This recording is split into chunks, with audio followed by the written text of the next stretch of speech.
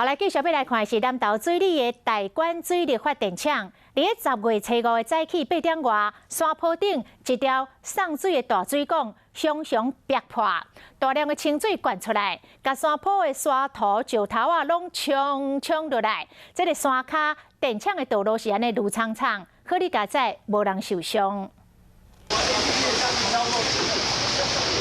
规片土沙墙内都亲像是水崩山同款。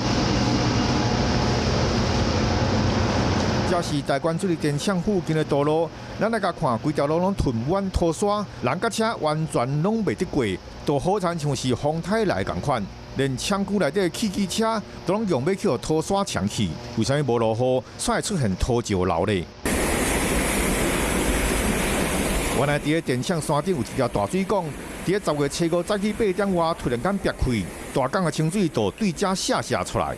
在检修的时候啊，下面的阀已经关了，所以造成上面的管的水压比较大，它就在脆弱的地方就破裂。因为机组即马当咧停机检查，所以就要将水门先关起来，安尼比较较安全。目前现场已经清理修缮，并无人受伤，嘛无影响民众用电。水位落差非常大，水虽然不多，但是因为水位落差大，水的冲力是很强的。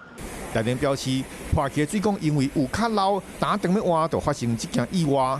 安那讲到大管电厂，经过才发生母界水门顾无好，后来才录影的人发生4名意外事故。即马水管又搁破，这原来互人对电厂设备维护品质感觉真疑问。